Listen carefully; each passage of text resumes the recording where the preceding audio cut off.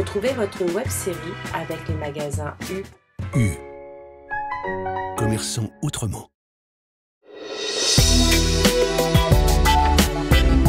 Ici, il faut savoir qu'à la base, c'était un moulin, en fait, un vieux moulin. Et dans les années 60, donc, monsieur Philippe Foucault a repris à la suite de son beau-père Édouard Morel et a décidé d'agrandir et surtout d'ajouter une nouvelle activité à l'entreprise, celle de fabricant d'aliments pour le bétail. Alors déjà, à la base, vraiment, ce qui est primordial, c'est qu'il y ait des fourrages de bonne qualité. Donc, ce qu'on entend par fourrage, donc ça peut être de l'herbe quand la saison le permet, brouter directement l'herbe dans les champs. Ça peut être du foin, donc de l'herbe séchée. Ça peut être des ensilages, donc ça peut être de l'ensilage de maïs, de l'ensilage d'herbe, etc. Et ensuite donc, vient tout ce qui est concentré. Donc là, c'est là que notre rôle intervient en tant que fabricant d'aliments. Donc concentrés, donc qui vont apporter d'un côté de l'énergie et de l'autre de la matière azotée, donc c'est des protéines.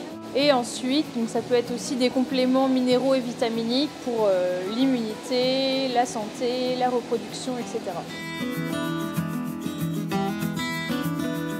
Je dirais qu'on va essayer de leur donner des matières premières qui vont être peut-être plus nobles. On va surtout utiliser du tourteau de lin parce que ça va donner vraiment un côté persillé à la viande et c'est ce que le consommateur va vouloir rechercher et l'éleveur également. Nous, on a vraiment une gamme aliments bovins viande.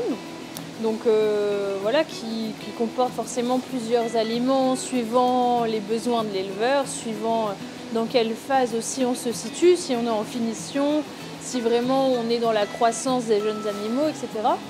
Et on peut aussi proposer donc, des formules d'aliments à la carte, donc soit en mélange de matières premières, ce qu'on appelle des mâches, ou alors en granulés. C'est soit vraiment une demande de l'éleveur, si celui-ci sait vraiment exactement au pourcentage près ce dont il a envie de donner à manger à ses animaux, ou alors voilà, un conseil de notre part, tu devrais mettre peut-être un petit peu plus de lin par exemple, etc.